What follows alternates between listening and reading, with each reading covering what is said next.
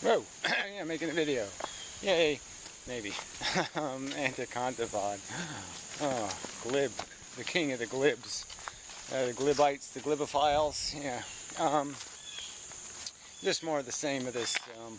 There's no value in, no ethics. There's no absolutes. We're living in some sort of, a place where there's no coherent reality to our reality.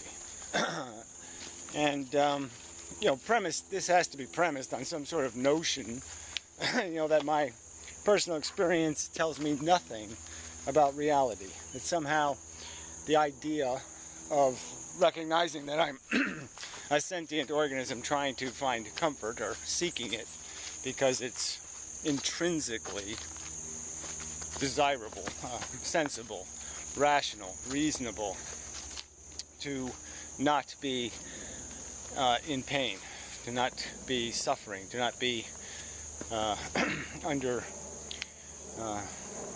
aversive physiological sensations, to not be in that circumstance. Until we've invented drugstores for no rational reason.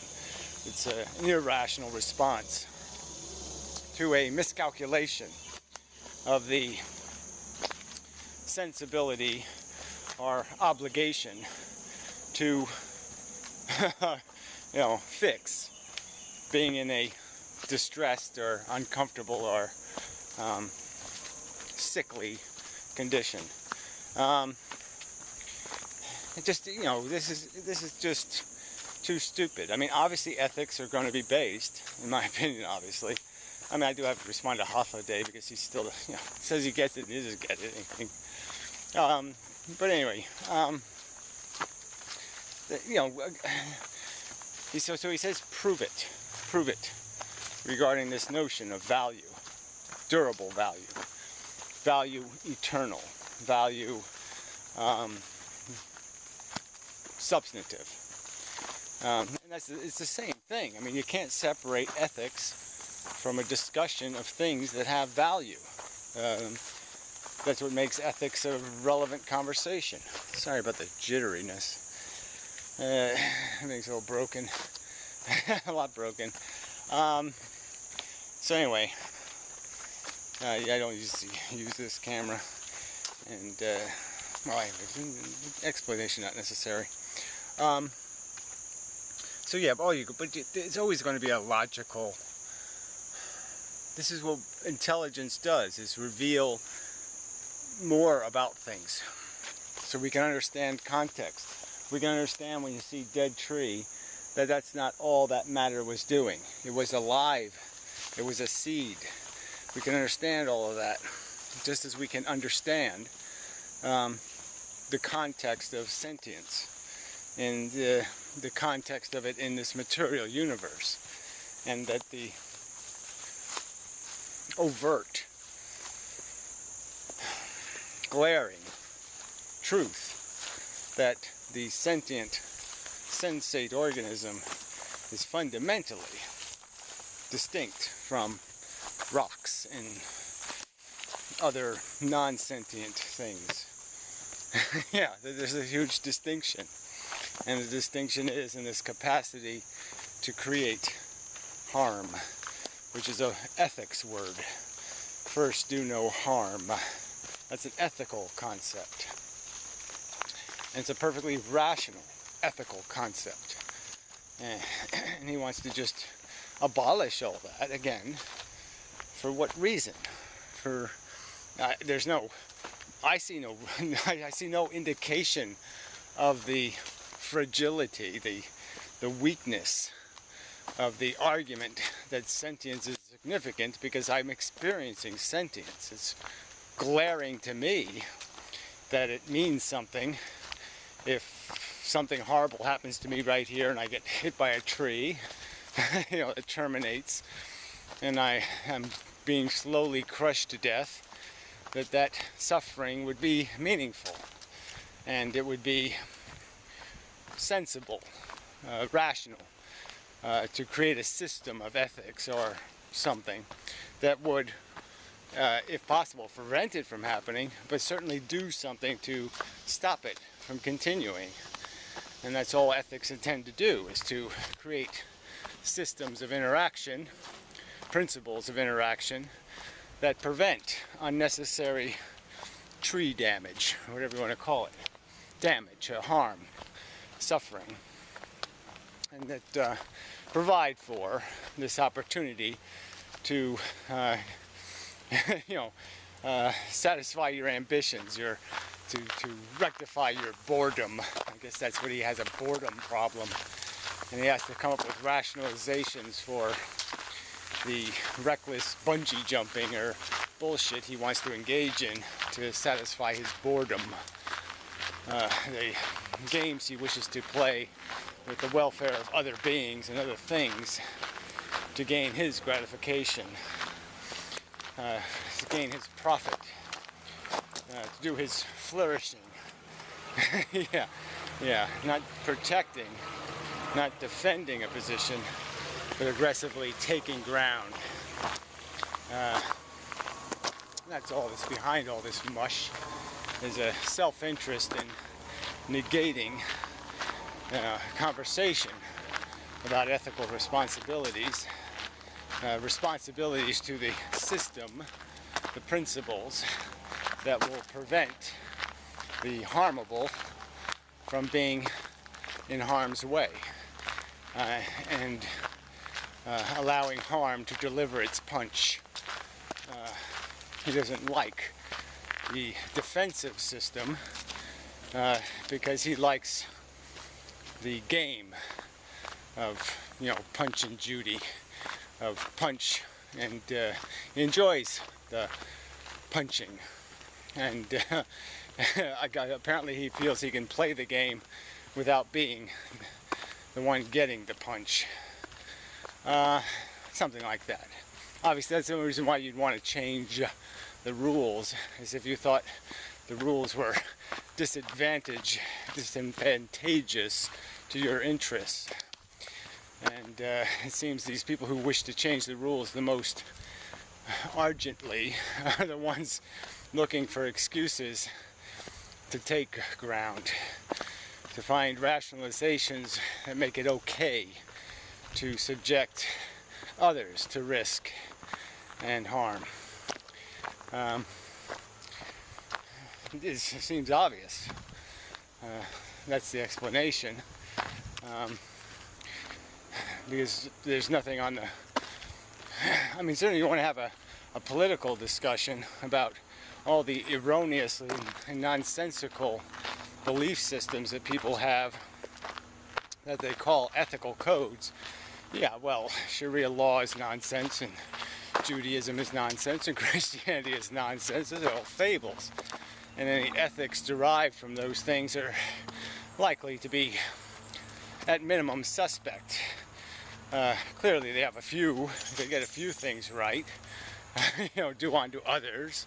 They should have others do unto you. Simple things like that are pretty close to harmless ethical principles. But yeah, the bigotry and the insipid description of goodness as being some kind of God ass kisser, that ass kissing is somehow more important than disease curing. It's just stupid. So obviously, if that's your argument, then point your argument.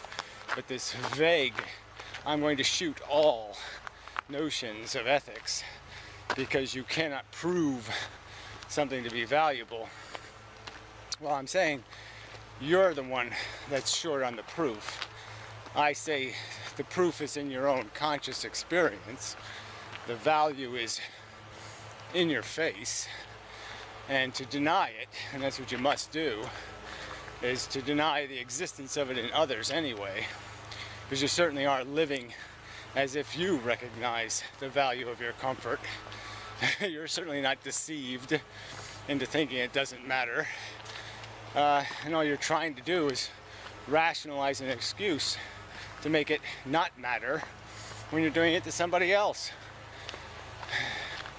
frankly. What else is there here? You want to negate consciousness as it exists in others, but not in yourself. Let's see yourself. Compromise yourself. Sign up to be a laboratory rat tomorrow and be injected with cancer and demonstrate to me how you don't care about your welfare. It has no value, that you need it proven to you, that it would be nasty. I don't think you need the proof. So, there's no way, like I said, either. You're either impressed by your consciousness and your vulnerability and the fact that you can be literally tortured. Either that fact impresses the fuck out of you, or you're insane. I'm sorry, there's really no choice. If you're not impressed by your vulnerability, by the little hair line of good fortune that separates you from that, wasps eating a hole in your goddamn head and flying in and out of it. I mean, if you can't appreciate the tiny little line between you and that fate, or the fate worse than that, the fate that led up to that, the trail of tears the little beastie no doubt walked before he gave his last. If you're not impressed by that vulnerability, if you don't think that's an impressive proof of value, then you're a liar and a kook. Yeah, come on. And or, I suppose, you could be a liar or a kook, or you could be both.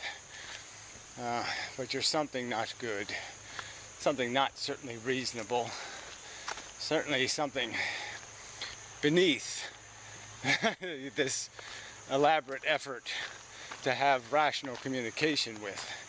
I mean, if I have to spell out the the negative nature of suffering, that's like having to explain the hardness of rocks, or the wetness of water, or the greenness of green stuff.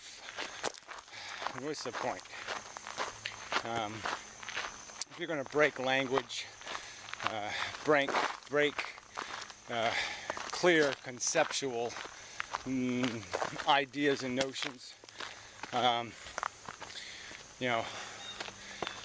abolish entire category of value, but clearly only that way, only value in that direction, not in this direction. Yeah, sorry, no sale. Yeah, well, I mean, what? You should get what you deserve, which is to be eaten by a serial killer. You deserve to be eaten by your own kind. And there's little else to say. Yeah, it shouldn't be that little mole back there. It shouldn't be the one with the bees in its brain, eating its brain. It should be you. Consistent with your own belief system. It's your earned destiny. It will be your destiny, but I guess the point is how much damage you'll do before that destiny reveals itself. And that's the real question. How many other moles will you put on the rack before you're done doing your bullshit, creating the noise, the distraction of your nonsense? It really is. Yeah, it's just so. I just marvel at the fact that it just never occurred to me. You know, all through high school, I don't remember talking to anybody who couldn't figure out this shit. Didn't know what suffering was. Needed it proven to them that it was bad. I never met any of those people personally. I mean, you know, it's just bizarre. But they sure are littering the YouTubes. Glibophiles, pedophiles, yuckophiles, shitophiles. There's a lot of bad business going on. Anyway, till next time. Such. It's all sunny and now it's all cloudy. Bummer. And such.